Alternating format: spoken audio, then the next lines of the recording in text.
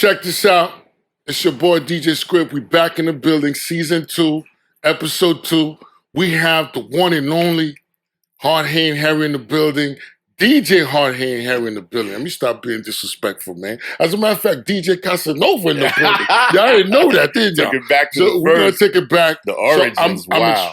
I'm extremely excited. This is a very important show, by the way, because this is a legend sitting next to me right here, across from me right here, and we're gonna talk some stuff. And before we get into all the interesting conversation, you know what we have to do, right? We gotta do the drip report. The drip report today caught me by surprise. As I'm walking inside the building, I saw somebody walking in looking flyer than me. That's unheard of, right? But it's okay, because that's DJ Hard Hittin Harry looking like a Casanova. Right? So I'm like, damn. And he already put me in the mood like, yo, we're going to talk that talk. So normally I come in, you know, I got my little shades. Like I told you guys, I collect shades. I got the Fendi shade on. And I'm low down again. Polo Ralph Lauren. You fresh, and he's, you fresher. Nah. Fresher. Wait. Nah, man, you polo fresh. Yeah, you know, and I got the Yeezys on. I think that's the 470s or whatever they are, the socks. Wow. I got them on. Now, I never seen those Yeezys. You never seen those? I got a couple. Yeah, that's My daughter and my son are into the Yeezys. Oh, yeah, that's the different. I think those are limited editions, Those are dope. and they sold out. I don't think that, or you could get them on StockX probably for $300, $400, $500. Has he repartnered with Yeezy again? With Adidas? Adidas, I'm sorry. Has Kanye repartnered? Is he back in bed with Adidas? Last time I read, they agreed to sell the Yeezys again. Yeah. That's what I read. And next thing I know, he opened up something next to Adidas store or whatever. That's all I heard. Yeah. But we haven't heard from Kanye in a while. Last time we saw Kanye, He's married. I think he was in Paris and married and stuff like that. Yeah. Walking in the streets barefooted. Well, not barefoot, with some kind of, you know, socks, sneakers on his feet, right? Not looking like Kanye, first and foremost. Right. But we're not even going to go there. Yeah. So now we got Hard Hittin Harry, all in gold. Peace. Yo, talk about this outfit, man. Well, this is Zara. Zara. I like to shop Zara. You know, it's a department store. In the city. I want to say, in the city. They're all over, though. But, you know, I live in Jersey, so I went to the Jersey spot. But I love Zara's fits, man. I love their outfits. These pants are thrifted, actually. I'm a thrifter. You know, I used to be a thrifter, too. I love thrifting, man. You know, it's easy to go get. And when you thrift, you can find labels, too. You know what I'm saying? Absolutely. For a good price. For a great price. You can come up. I've gotten Zara gear thrifted. But I bought this straight from the Zara store, thrifted. This is Cole Haan shoes. Beautiful. Cole Haan. I'm at my age right now, I'm into comfort. Yo, it look fly, man. I'm into Very comfort. fly Thank looking. you. Shout out to my queen Rabia. She suggested Cole Haans, but I have several pair of Cole Haans because they're comfortable. You know That's what I'm saying? right. And Very at nice. DJing, I'm always on my feet. So, That's you know right. what I'm saying? I like to look, you know, I like to feel comfortable. Absolutely. Gold brown. Yeah. And you got a dope hat to match. Yeah, man. This right here, I got to represent my team, YNVS. Big shout out to my man Shampoo. You know that I run with several different teams. Absolutely. I roll with, first and foremost, Haitian All-Stars. Shout out to my team, Haitian All-Stars. DJC. Shout out to, that's how it is. That's what we talking about. I'll come over here with it. But it's all good. It's all good. We still capturing. Shout out to the team Haitian All-Stars, first and foremost. This right here is YNVS. Shout out to my brother Shampoo. Shampoo is an amazing street promoter. I've known Shampoo for years, you know, when he was hustling, you know, with the shopping cart, you know what I'm saying? He was the original hustle man. And he went from the shopping cart in Jersey City to working with all the major labels like Def Jam. Oh, that's dope. All the major labels as a street promoter. I met Shampoo in the city recently. I think I got his number in the phone, but that could be a different Shampoo. But if it's Shampoo, there's not that many shampoos in the industry. Def Jam like he's Shampoo, that dude. Right? Yeah, Def Jam that's Shampoo. Him. I think I met him at the Lower East Side in the album releasing party. I got to give him a lot of love and a lot of props. He brought me on. I've always been down with him. Like we've always been, you know, really cool and positive and work together. You know, but he really wanted to bring me on as like, you know, as a seasoned member of YNVS that can help, the up and coming DJs, That's dope. With their game and everything. And, just seeing everything that I'm doing with DJing from, in the clubs to, doing mixed CDs to keeping the streams going to Twitch to just everything, you know what I'm saying? So shout out to Shampoo, man. Shout out to Shampoo, man. So I got to represent Shampoo, showing them the equal amount of love that he gave me a dope hat and a jacket. And so, it's too hot today. I didn't want to wear the man, jacket. the fit is worth the talk. But I got something for you, man. Oh, man. Don't surprise me now. Oh, man. I brought you a Hard Hittin Harry tee. Oh, I'm going to rock that all day. As a matter of fact, I'm going to rock that tonight. Yeah, rock it, man. This right here. Oh, man, this is very nice. I got some merch done before the cruise that I did in January. So this is for you, my brother. Oh, this is hard. I love it. Hard Hittin Harry, this is hard. And wear it, rock it. This is my love for you, man. Oh, man. You know what? You've always been showing me love for years. So I used to see people with this T-shirt. And I used to be like, why I don't have one? Nah, I got you, man. I got you. I wanted to listen, man, we got Hard Hittin Harry T-shirt going for sale. Y'all better get y'all. Those T's I had a whole bunch of merch that I put together for this cruise that I just did. The Capital Jazz Super Cruise in January. I saw you rocking on that. Let me get my shirts up. Let me get my salute. I have another one called Salute the DJ. Mike. I'm sorry, man. Oh, this guy, he's so in the DJ mode right now. I know. Yeah. My fault, man. It's all good. It's all good. This one right here is I Love Hip Hop shirt by my brother Kenny. Hip Hop United. This is for you as well. Oh, as we celebrate 50 years of hip hop. You know what I'm saying? As we celebrate 50 years of hip hop. I wanted to present you with this shirt. Kenny's been lacing me. When I went to DC to spend the Smithsonian, the hip hop block party, Kenny gave me like 50 shirts to give away. Really? Yeah. And I got one. And you got one. And I love hip hop. This is like a limited. Hip-hop. You are hip hop, man. You are hip hop. Oh, so man. this is for you, my brother. This is so dope, man. Oh, man. This is. So celebrating, 50 years of hip hop. You know what I'm saying? This. So I love this. I know you're a hip hop head. So I said, let me show you some love. I love this. I love this. I love this a lot. I love this a lot. Yes, sir. Well, talking about the 50th anniversary of hip hop. Yeah. We had Jay-Z. Right. In the Brooklyn Public Library. Library, yes. I spoke about that. I haven't been yet, but I'm looking forward to checking out that exhibit, man. I saw. It's a dope exhibit. Wow. It looks amazing. It looks amazing. It does. I spoke about it in episode 1, season 2, because I was hurt. I'm like, how I didn't get the memo? But now we're going to talk about me being in pain, because obviously I don't know Jay-Z like that. I just know him as an artist. Yes. But however, he worked with someone. He was family with someone. And they came up in the game together. So as I'm looking in the pictures, I'm looking at the crowd, I'm looking at everybody, I ask myself, yo, where the hell is Dame Dash? This is such a monumental moment. Yeah. How come Damon Dash is not there? Yeah. Now, how do you feel about that? Well, I'm a Jay-Z fan as well. I'm Jay-Z, Reasonable Doubt, Jay-Z, Jazz. You know what I'm saying? When Jay-Z rapped with Jazz. And I saw his beginnings, and I definitely watched the whole come up with Dame Dash. I know the split wasn't, I don't know how that. I've seen several podcast interviews that Dame Dash has done relating to their relationship and how they're no longer working together. However, I would have liked to have seen, if I haven't seen the exhibit yet.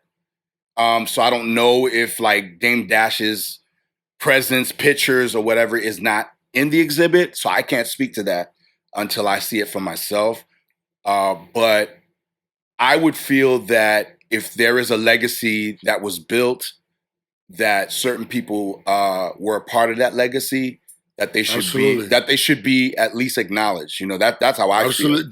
Now, I can't speak on their relationship today. I can't speak on that because they have their certain, whatever happened with them is their business. You know what I'm saying? It was the Rockefeller split, hugely successful, Reasonable Doubt, all the albums, Dame Dash, in the videos, Dame Dash, doing a lot of pushing the, the Rockefeller agenda. You know what I'm saying? So respect to Dame Dash. Respect to Dame Dash. I think he's a legend, an icon, someone that's truly knowledgeable in the business, that I've laid a lot of groundwork and supported a lot of artists that have gone on to do really great things. You talking about State Property, you talking about, the films, exactly, Dipset, the films that he's come out with, clothing line. So his impact, in the game, especially when it relates to Jay-Z, I feel like should be mentioned and should be acknowledged. Absolutely. That's really what I think about that. Again, I have not seen the exhibit, but there's no way that you could go to the exhibit and if you pick up an article, like an album, that Dame Dash's name is not on there. It has to be there. It has to be there. Yeah. So I say that to say that those that know and respect Dame Dash and his impact, with the Jay-Z, era, the whole project, the early Rockefeller, will know what time it is. Like, people know what time it is. You know what I'm saying? So to me, because I'm more concerned about the initial ceremony when everybody was there. Angie Martinez was there, DJ Khaled, Charlamagne. Yeah. You feel like he should be there. Damn, the breakup was that bad? The breakup was that furious? Obviously, there are feelings and there are sentiments that are there. I can't speak to that. You know what I'm saying? Absolutely. I really can't, because I don't know how deep that can be for the two brothers, you know what I'm saying, to have created something monumental as a Rockefeller. For Jay-Z to have this pivotal, amazing moment in Brooklyn, for Dame not to be there. You know what I'm saying? So that was heartbreaking. Because everybody was there. But again, man, we as fans can only say that we can look at that situation and kind of learn from it. That's me personally. Absolutely. Because you know why I say this? I say this to say, as like, when you reach that success, like mansions, yachts, and big bank. Yeah. Okay. We don't know where our relationships will be, where we are in life at that moment. Absolutely. Some people outgrow each other. Some people outgrow each other. You know what I'm saying? And, I feel like both men are alive. They have their families. They've moved on from that moment. Jay-Z, married, successful, kids, businesses. People move on in their lives. So like I said, we can't speak to where they're at in their lives, where they feel like they can't come together for that moment. Absolutely. But I reiterate that you cannot go to that exhibit and not feel Dame Dash's presence, or his spirit is there. People that know. Maybe for today's generation, because today's generation, you have to teach today's generation. Absolutely. They didn't come up in that era. I agree. And, we had music videos like crazy back then. You know what I mean? We had the BETs, the Rap Cities, the MTVs, and now everything is like pretty much. Don't forget Video Music Box. Video Music Box. I can't forget Video Music Box. That. Can't forget Video Music Box. That's the precursor of all of them. Salute to Uncle Ralph, for sure. Salute to Uncle Ralph. The first video show that I watched. You know what I'm saying? That's the catalyst right there. So that's catalyst right but there. I say this to say that, back then, the youth can watch the music videos and you see Dame Dash, in the videos. You know what I'm saying? So now today's generation, Jay-Z, the way he positioned himself and brands himself and markets himself, without Dame Dash, they just know Jay-Z. Absolutely. They don't know who came behind Jay-Z. Right. Or who was behind Jay-Z. And there's Kareem Burks. You know what I'm saying? Yeah, so many people, Clark Kent, so many people that were instrumental in Jay-Z's success. Even Carlene. So you can't, you can't really deny that, you know. So that's all I have to say about that. That's dope. Well, we shifting right now. Thank you for bringing that up, though. You know, I think that was because that was an exhibit. It's hip hop. That's an exhibit that I definitely want to check out. I urge everybody to check it out. I love the lyrics. You know, in front of the engraved in front of the Brooklyn Public Library, Grand Army Plaza. You know, home. Yeah, man. Well, now we're about to transition to this epic interview with DJ Hard Hittin Harry. And I'm very excited for that. I'm excited too, man. You just don't know how I'm feeling right now. The questions are in my head, and I just want to spit them out. Let's go, man. Let's go. I'm not going to ask him when he was born at, because I know where he was born. He was born in Haiti. Port-au-Prince, Haiti. What I'm going to ask him is, how was the transition from Haiti to here at such a young age? How old were you? I was 3 years old. Whoa. I was 3 years old. Yeah, man. I mean, I came to Haiti with I came from Haiti to Brooklyn with my parents. Both of your parents? Both my parents, yep. My father was already here. He had came before bringing us over, and he worked, you know, as a cab driver. And then he sent for us, and then we all, you know, we came, you know, my mom, and I still have the passport with my mom and my picture and my mom, you know. So we came to Brooklyn and lived on Eastern Parkway. You know what I mean? Lived on not across the street from the library, but further down. Further down. All the way down, like by where the parade starts. Oh, so you like around Utica over there? Yeah, by Utica. Exactly. Okay, that's cool. So it was a great experience, you know, growing up in Brooklyn. I lived on Eastern Parkway, and then from Eastern Parkway, I moved to East 96th Street. So I lived on East 96th Street. And it was a great transition, man. Just early Brooklyn, you know. I remember, you know, driving with my father in the cab, you know what I'm saying, listening to the music that he would play, you know, because he had one of those big bubble cabs. He had the big bubble cab. I know what you're talking about. The older ones, you know what I'm saying? My father had one too. Yes. My father so, you know, that was my influence. That was my influence with music, because I would ride with him in the cab and he would play all kinds of music. And, you know, that was my really fondest memories of my dad, you know, back then. Okay. My dad passed in 2017, but growing up in Brooklyn just always reminded me of my father, you know. That's dope. And then I moved to Canada. Yeah, we're going to get into that. Yeah. We're going to get to the Montreal. Yeah. Come on, man. I'm doing my research. Yeah, now. Let's go. so I know, you know, being a Haitian kid coming from Haiti, I know Haitian parents, they're very tough. Mm-hmm. They're very protective, and they're very strict.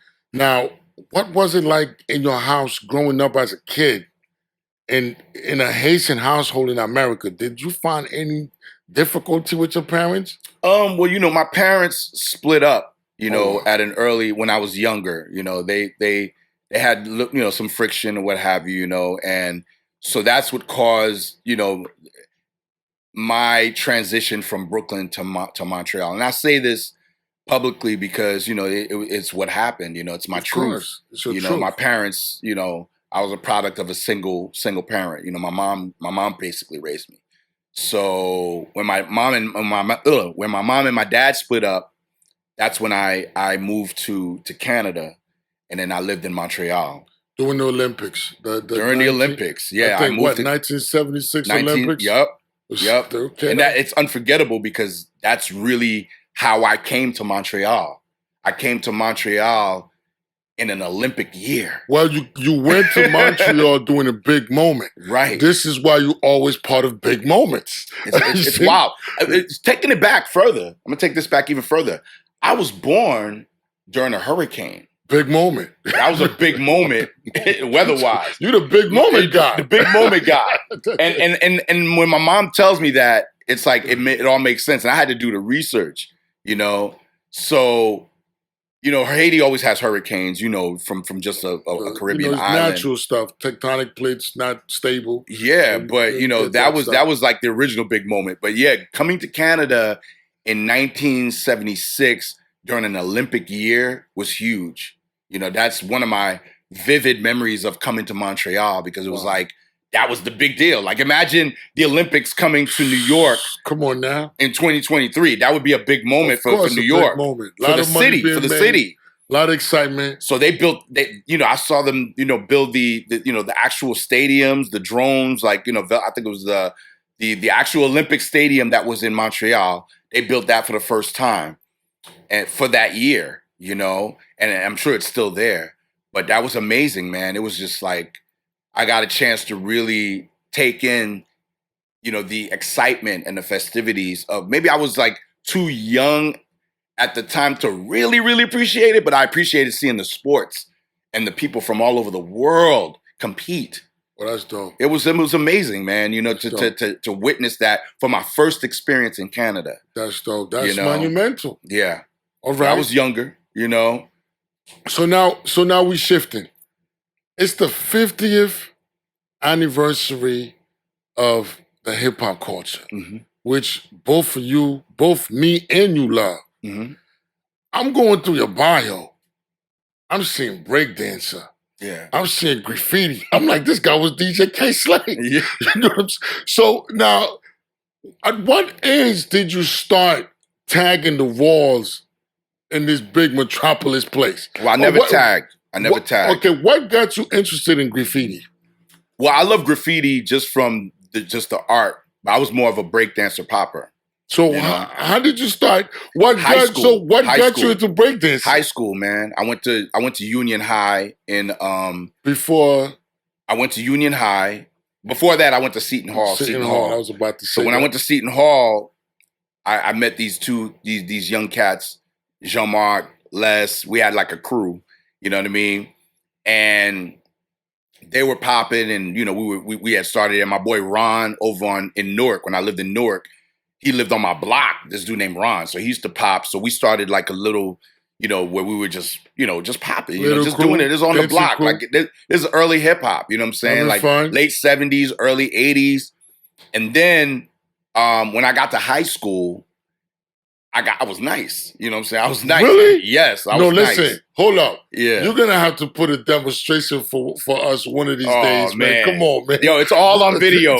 Really? But yeah, man, I used to pop, you know what I'm saying? Like, stop. No, seriously. I still do. I'm a dancer, man. I'm a dancer. Oh, man, you're going to have one of these days. Take your time. Because this is very monumental. You can edit some clips into the interview. I'm going to do that. Yo, send me some clips. I will. Listen. Take your time. Yeah. I want to see it live. No doubt. Because I used to dance too. Yeah. But not. I mean, if you're into hip hop, you're into the culture. You know what I'm saying? The culture, which is, breaking, b-boying, MCing, graffiti, DJing, graffiti, and knowledge, beatboxing, knowledge. That's the five. That's fashion, the 5 elements. That's the original elements. So we perform all those elements if you're into hip hop. Absolutely. And I'm a real hip hop head, like from back in the days, 70s, 80s, you know what I'm saying? So got to high school and I'm popping and I'm battling cats in the hallway and stuff like that. And then when the class shows came about, I'm in the class shows. You know what I'm saying? So I'm rocking for the school. You famous already. In the school. Wow, that's dope. And this is before even I got serious about DJing. I'm popular as a breakdancer, popper, and then by the time I got into music, it was over. Because when you're a DJ, you're automatically popular. Absolutely. So I was doing parties, for the schools, the colleges, college parties, baby showers, you name it. I became that DJ. You know what I'm saying, in Jersey. But you know what's the most interesting thing I'm getting from this? This man, this OG, this hip hop legend is from Haiti. Yes. And he knows the 5 elements of hip hop. Now, the reason why I say this is because my brother's from Haiti. He doesn't know about these elements. And to see us though representing so dearly and so passionately for the culture, this is extremely, extremely phenomenal and dope to me. Now, you mentioned DJing. Mm-hmm. Now, were you a DJ before being a publicist, or you were a publicist before DJing? Which one came first? I would say DJing because, like I said, at the same time that I was, popping and everything, doing all that in high school, I was collecting records. And then from that moment, I said, okay, I'm gonna do this DJ thing serious. This is before publicity, I'm DJing, I'm doing high school parties, college parties, and then I'm going to I'm doing the radio because I was at Seton Hall. Seton Hall had a radio station called Quest Community radio show, called Quest Community Vibrations on the station WSOU 89.5 FM. So then I got on the radio. In Jersey and Seton Hall. So now I'm on the air. Popular. Everybody, you know what I'm saying? I'm on the air. And not only am I on the air, but because right after high school, I studied radio and television broadcasting. So you got a degree in that, or you just studied? I got my FCC. I have my FCC license at the time. Dope. That's dope. Right after high school, instead of going to college, I went to this school called Announcer Training Studios, Crown Business Institute in Times Square in Manhattan. And that school, it was like a business school, but they had a broadcasting arm where I saw the ad, and they were like, we can teach you how to be on the radio. Wow. And I was like, okay, that interested me. Because I was enrolled in college already, Essex County College. I was getting ready to go to college in Jersey. But then when I saw this ad, I was like, this is what I really want to do. I want to be on the radio. Sure. So they're like, we will teach you how to be on the radio. The teachers were actual radio personalities. That's dope. Like from 92 KTU at the time. Remember 92 KTU? Of course I remember 92 KTU. Come on now. So, 92 KTU had Al Bandero. Al Bandero was one of the teachers. Wow. That's just to name a few. So they had teachers that were actually, on the radio. And they were hands-on. Hands-on. So I enrolled in it. Did it was like 2 years. It was amazing. One of the most amazing experiences.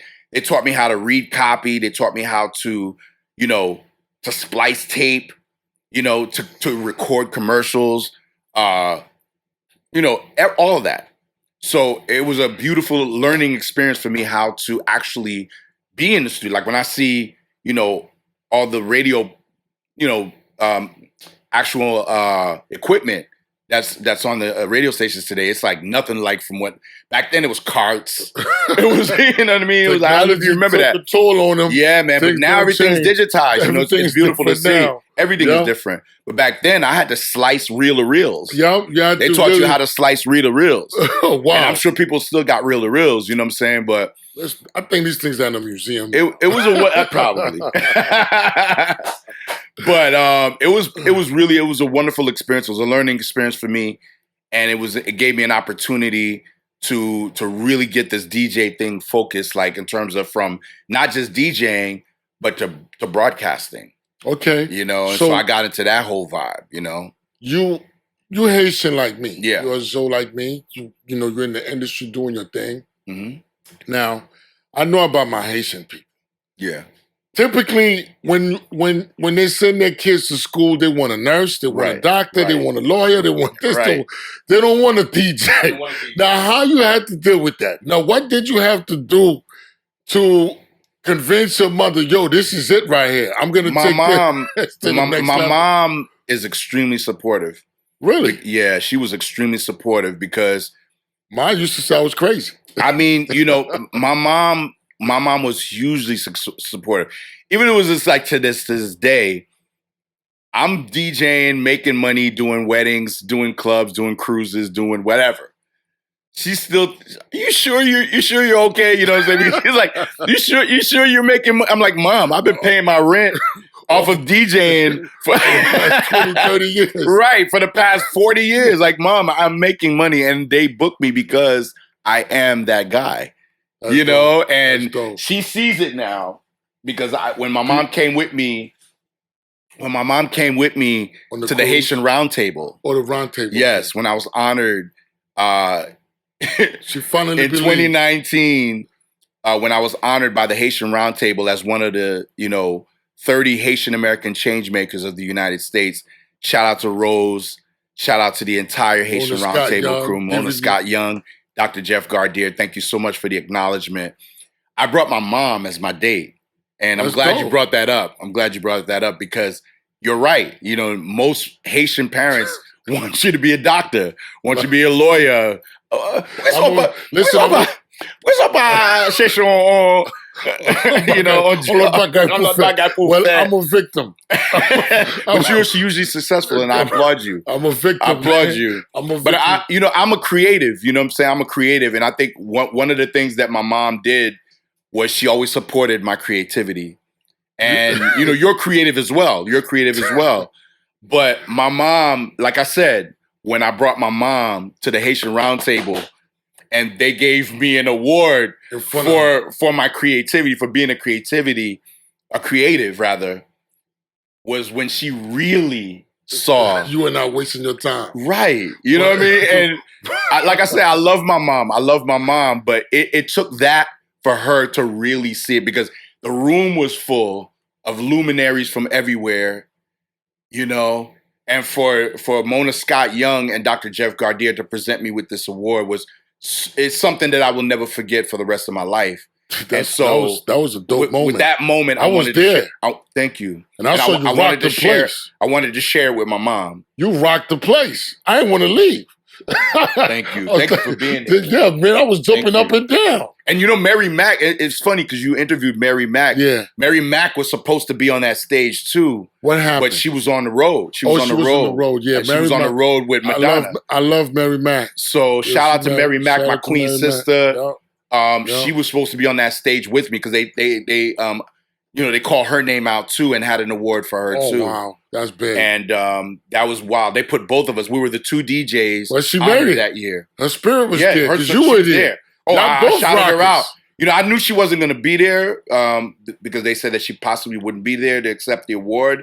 But like I was posting, you know, I was showing her mad love. That's dope. My sister. That's dope. Shout out to Mary Mack. Well, y'all gonna reunite on the 29th. No doubt. I'm looking forward to this. No doubt. The block party at BK9. Yeah, that's right. Shout out what's to that? BK9. July 29th. July 29th. July 29th. That's right. BK9. That's my people's too. Hard Hittin Harry. Yeah. Mary Mack is in the building. Word up. Yeah, but listen, your story is phenomenal. It's splendid. Mm-hmm. My father, first of all, let's say someone Fumier. My mother's biggest problem is there's a lot of danger, and she's right. You know, coming home late, petite. People die in it. Translation, people die if you're out in the club. You know, why are you out in the club coming home late? And it's so crazy. I listen to them. Yo, when you edit that, you got to put the subtitles on. That's right. So I listened to them, man. I said, you know what? Shout out to Rich. Shout out to Rich, man. I listened to them and I heard them and I went to school, man. And I did the DJ thing kind of like behind closed doors. Yeah. Man, you need a movie, bro. And what I'm gonna do, I gotta do at least I gotta do at least a 15-second or 25-minute documentary on you. Because we gotta list all of these things. Yes. Because there's so many things to talk about. Yeah. Right? Let's talk about it. Your situation is very unique. I'm talking to you and you're like, yo, Wyclef is my homie. You're like, yo, I'm Patra, publicist. You're like, yo, I'm Drew Hill publicist. I used to be their publicist. Yeah. And that rap guy that just passed away, what's his name? I see you post him up. Oh, Granddaddy IU. Yeah, Granddaddy IU. Shout out to Granddaddy I'm IU. like, my first PR client. I'm like, what? Yo, this dude, why didn't I celebrate this dude? So my question to you is, you know, you started the DJing from Union High School and dropping, pop locking and all that stuff.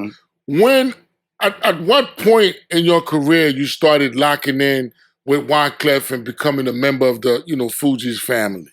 That didn't come into 93. 93, we were all in Jersey. You know what I'm saying? I was living in Orange, New Jersey. And Clef, actually, this dude, my brother, he was the brother of my business partner, former business partner, Lisa Chase Patterson. Thank you, brother. His name was Papa Levi. Papa Levi was my dude. He was a dread. I ran with him in Jersey. And Papa Levi came to me and was like, yo, you know, Wyclef has a band, has a group that he's putting together called the Fugees. They just got signed to Sony Columbia, Rough House Columbia. He's like, they're looking for a DJ. Oh, wow. So he was like, yo, let me know if you're interested. You know, I could set up an audition. You know, you can meet with the group, and they're looking for a DJ because they got a lot of showcases coming up, and they had just got signed, and they were, you know, they had showcases and some promo shows coming up. So, so I said, all right, cool. So I met them at the Booger Basement in East Orange, New Jersey. And long story short, part of the family. I just jumped on, did my thing. They're like, and I was Haitian, and I was Haitian. Come on. They were like, you're in. Now you sent me home to practice. It was that simple. Lauren had literally just did Sister Act 2 with Whoopi Goldberg. So she showed up at the studio with the braids. Literally just did it. If you look at the first Boof Boff album, if you look at the Blunted on Reality album cover, where Lauren had the braids, and then you look at Sister Act 2, it's the same Lauren. You know what I mean? So that was monumental for me to be chosen, you know, as the DJ for the Fugees in the very beginning. And so then we went on to do well, the first thing we did was we went to Brooklyn to Don Juan Studios, and we cut dub plates. Yeah, dub was a big thing. That was a big thing back then because it was more like $1 million business. Yeah, it was like we needed to get like the show tracks on vinyl, you know, because I was the DJ and I had, you know, the turntable. So the band consisted of the DJ, drummer Johnny Wise on drums, Jerry Wonder on bass, and that was pretty much it, you know. And then of course Lauren Hill, Miss Hill, Praz, Wyclef. Wyclef played the guitar sometime.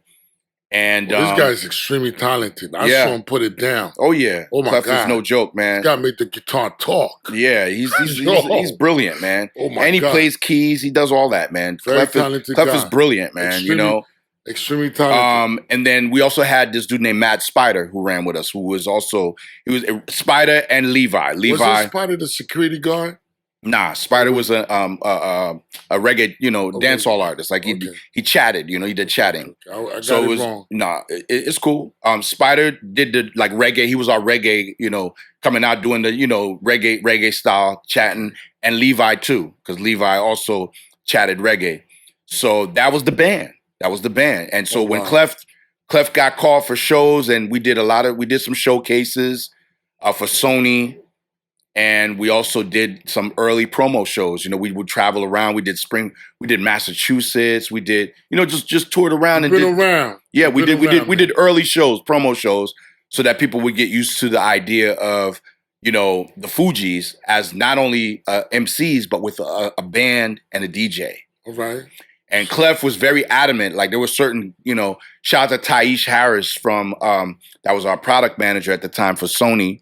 Shout out to Taish. You know, if Clef, if they would say, "Yo, you know, we don't have space for a band. We just want the DJ." Clef wouldn't do the show. So let me get this straight. Yeah, the Fugees were not only a hip hop group; they were a hip hop band. They were a band. So in other words, they were the second hip hop band because it was the Stetsasonics. That was the original. Well, I mean, you know, yes, Stetsasonics came before the Fugees. Yeah, wow. Stetsasonics came before the Fugees. It's kind of like Wyclef was on to something. He's a musician. He's a musician. So he turned it into a band. He wanted the live aspect of the Fugees. Wow. He didn't want to just come out and just, you know, MCs with a DJ. He didn't want that concept. He took a page from Daddy Yo's book. Maybe. But whatever he did, it worked. And initially, you know, it was tough because, you know, the Fugees weren't well known yet. They at the time. We were signed with Big L, Nas. I'm talking about Columbia. We're talking about Rough House Columbia. Sony actually. So you had Big L, you had Nas, you had Escape. Those were our label mates at the time. Wow. Fugees were way low on the totem pole. Wow. They didn't have a hit.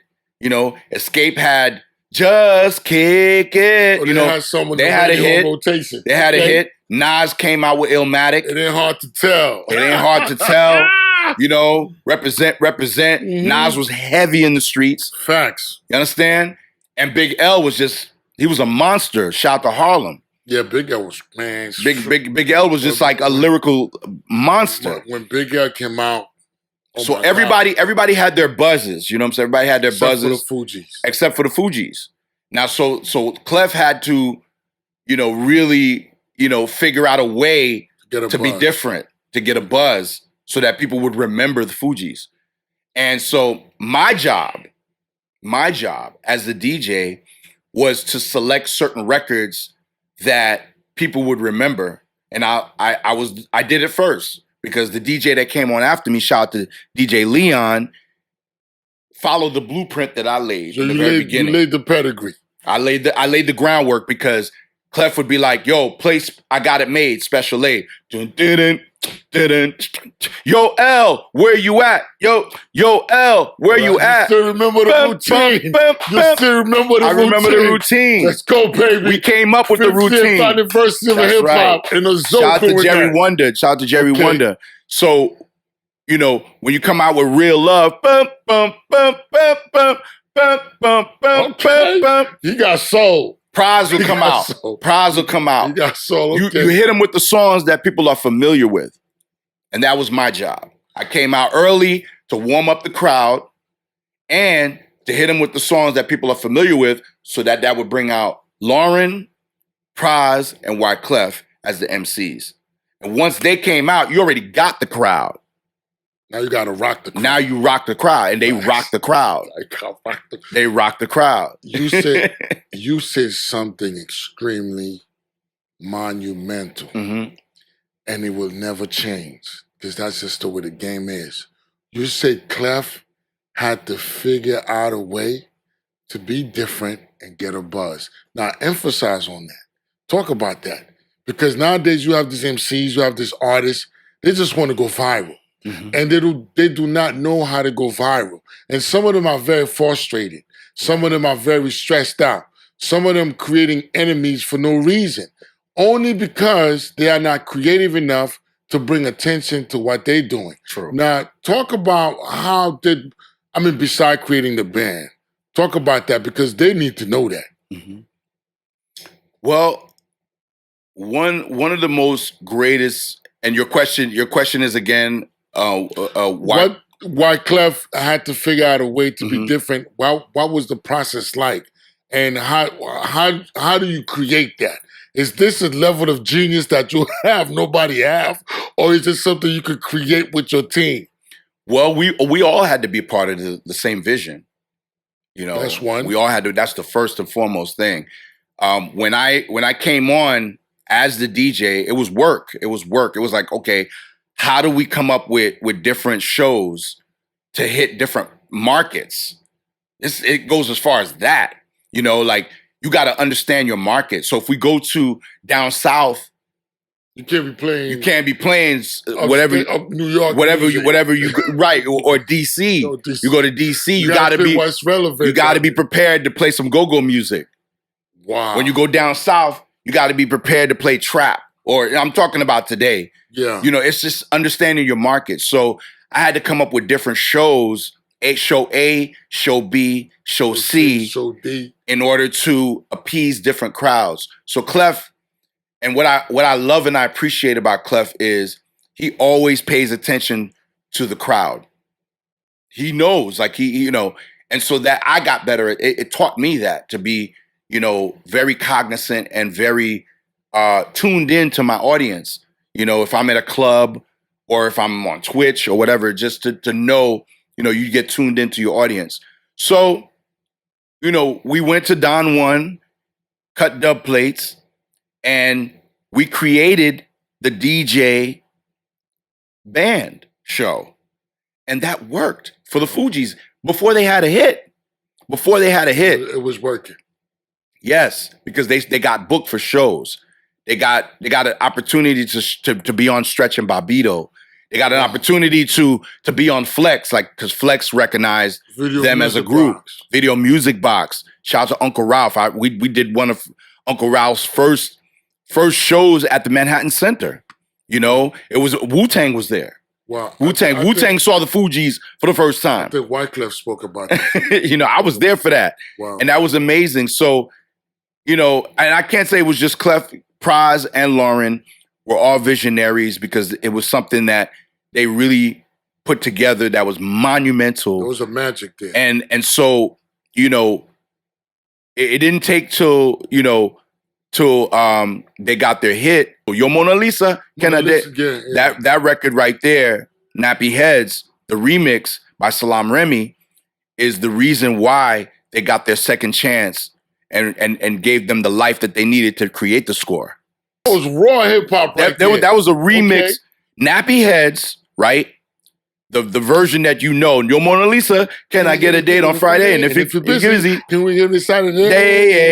Hey. I remember that. That song was a remake of Nappy Heads.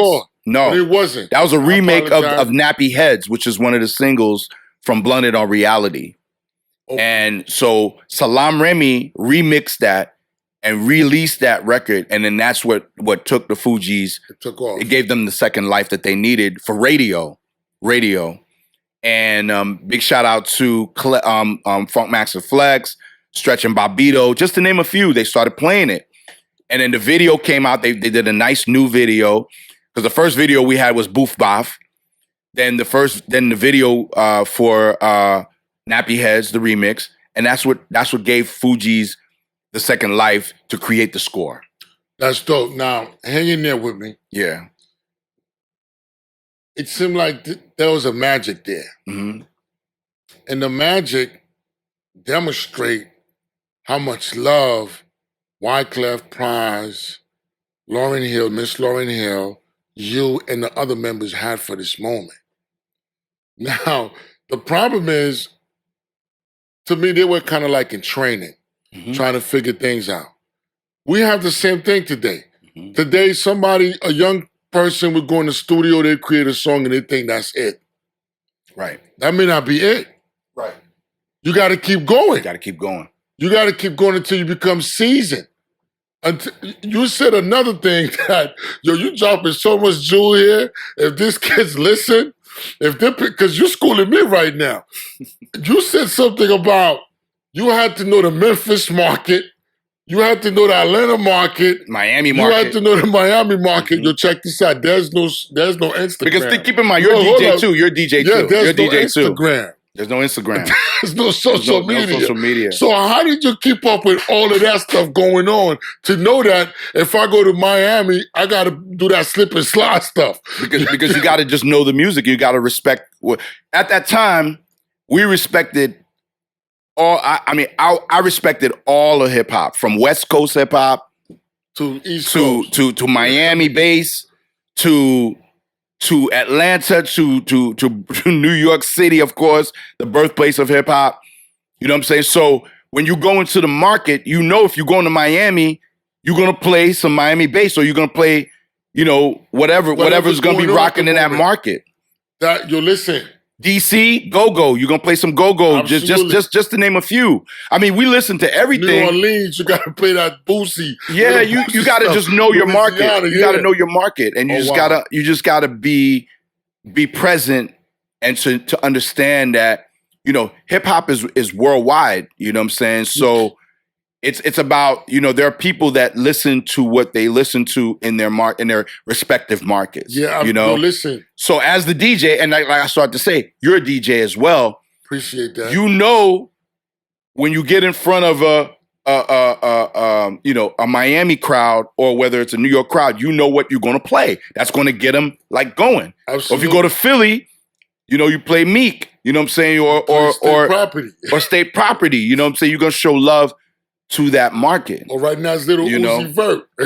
Salute to Lil Uzi Vert. I'm a huge fan. I'm a huge fan of Lil Uzi Vert. He changed it. This guy really, because I want to rock. He's not doing traditional hip hop. Right. This guy actually a rock star. His music is rock and roll. Right. This is crazy. He's changing the whole game. And I respect a lot of the artists that are bringing back like bands, live bands, musicianship, you know what I'm saying? Because there's something about that live feel that you just cannot replicate. Salute to the DJ, because I'm a DJ. But I also understand the power of live shows, you know what I'm saying? Of course. And so, you know, that's what the Fugees taught me, is the power of live shows, you know, and the DJ. I seen Wyclef did something at the W Hotel in Times Square. Mm-hmm. Oh my God. This guy is not human with the guitar. Yeah. I was sitting right next to him. I'm like, dope. This is crazy. I got to start taking some guitar lessons. Salute to Clef. But you know what? This is another important question. Mm-hmm. You Haitian. Absolutely. 100%. Came from Haiti. Haitian. Born and raised. I know you're passionate about compa, but your hip-hop knowledge is crazy. It's so in-depth. Now, were you into compa like this back in the days? Were you into it like, you know, because I know you came from a music background. My dad and my mom. But did you have the passion that you compared to hip-hop? Because it seemed like you were not working with no Haitian acts. You were just working with mainstream or urban acts. As a publicist? As an entertainer. As an entertainer, okay. At what point did you find yourself to say, yo, I gotta put more compa into my juice? You know what I'm saying? When I hooked up with the Haitian All-Stars. Okay, talk about that. That was in that was right after earthquake, the earthquake. And 2011, if I'm not mistaken. The earthquake that happened back in the earthquake, the major earthquake. Yeah, I know. 2010, right? That was 2010. Yeah, I keep saying 11. 2010. Yeah. Yo, man, that moment for me was crucial because just seeing, you know, my island suffer and the death and the earthquake. So my aunt is an earthquake survivor. Oh wow, my aunt is an earthquake survivor. Wow. So shout to Marcel. She was down there when it happened, and she got caught up in the earthquake, and she was, you know, transported to Florida, and then from Florida back here because she lives here. She lived in Jersey, but she went down to Haiti at that moment to deliver toys to an orphanage that she deals with in Haiti, and got caught up in the earthquake. So when I say it hit home to me, it was like really personal for me when the earthquake happened back in 2010. So the Brooklyn Museum contacted me because they said, hey, you know, we're putting together an event, you know, for, you know, to commemorate the earthquake victims, and, you know, we want to do something really big. And they knew that, you know, I represent Haiti, you know, on my back. Time, of course. So I said, cool, let's do it.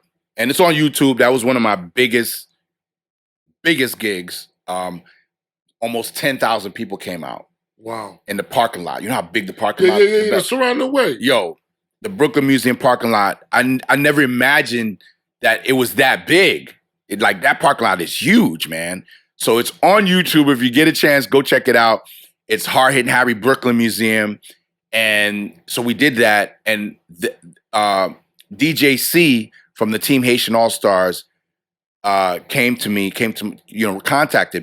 after I think he saw that, and then he was like, yo, I have this movement called the Haitian All-Stars, and it's a team of DJs, and, you know, we represent the culture. We're Haitian, but we're not just playing compa. We're not just playing, you know, we play everything. We play, you know, because, you know, you're Haitian, but you listen to everything, bro. I love everything. You love everything, right? I love Prince, right. Madonna. So just because we're Haitian, we're not sitting here just listening to compa all day. All kind of music, man. Right? As long as it takes. We are music lovers. You know what I'm saying? We are music lovers, and that's really the realization that was brought to me when Jeff came to my crib. He came to my crib with a Haitian All-Stars t-shirt, the logo, right? To indoctrinate you. Yeah, and you know, I was like, you know, I didn't know him a day in my life, bro. I didn't know him a day in my life. He just contacted me, say, yo, I saw that Brooklyn Museum event, and I feel like you would be perfect to be part of the team. I was like, all right, cool. Come to my crib. Let's meet. Let's break bread. I invited him to my crib. So he came to my crib, he brought the t-shirt, just like I came, I brought you a t-shirt. Hey, I'm going to wear this. We broke bread. Rock it, man, rock it. So we I joined the team Haitian All-Stars. And when I saw the logo, it spoke to me, you know what I'm saying? Flag. Yeah, the flag was there, the star was there, and it really spoke to me in the sense that I am a star. Facts. We got to believe in ourselves. We got to believe in ourselves. If you don't have knowledge of self, you're never going to go to the next level. That's a fact. That's the first thing. So I said, yeah, I'm a star. So it's a star with a Haitian flag in the middle. So I was like, I'm in. So I told Jeff, I said, yo, Jeff, once I put this on my back, we're going to ride. We're going to take this to the next level, B. I mean, you ready? I told him, you ready? You ready? He was like, I'm ready. Let's go. Since then, since 2010, we done took Haitian All-Stars to unbelievable heights. I see. And it's beautiful to watch because he just posted about it. Shout out to DJC. We have a team of I want to say 12 DJs, 13 DJs. I'm going to be the 14th one. You're already a Haitian All-Star, man. It's a mindset. Right. It's a mindset. Absolutely. It's a mindset. Absolutely. It's a mindset. Because as soon as we met, you came on the show. I interviewed you man. for the Haitian Polo documentary. So I already saw your brilliant. I sat there at 33 Lafayette and watched your film. And it was brilliant. And I said, this is dope because it spoke to everything that I came up with as a Haitian. Not to take it back to that, but I have to take it back to that. You really brought it to a level where as Haitians, we grew up and we're trying to be seen. We're trying to be identified. Absolutely. And so we identified through clothing, and we adapted. That's hip hop. We adapted. We adapted to, wearing polo or whatever it was. You know what I'm saying? You did the polo thing. I did all kinds of other stuff. I had my Nikes and all my other gear and adapted. Well, listen, I have so many questions for you, but we're running out of time. Let the people know where to find you. Okay. And then we're going to take it from there. Okay. DJ Hard Hittin Harry. You can follow me on Instagram, Twitter, Facebook, all of that at Hard Hittin Harry. Thank you to everybody tuned in all over the world. You can also catch me on Twitch, twitch.tv/Hard Hittin Harry. And man, I'm very accessible. Hard Hittin Harry is the universal. That's right. No G, Hard Hittin Harry. No G. We was just chilling with Mr. Casanova, DJ Casanova, yes, aka indeed. Yo, DJ thank you for having Hard me, man. Harry. It's your boy DJ Script, lounging with Script, talking the city, NYC, and we out.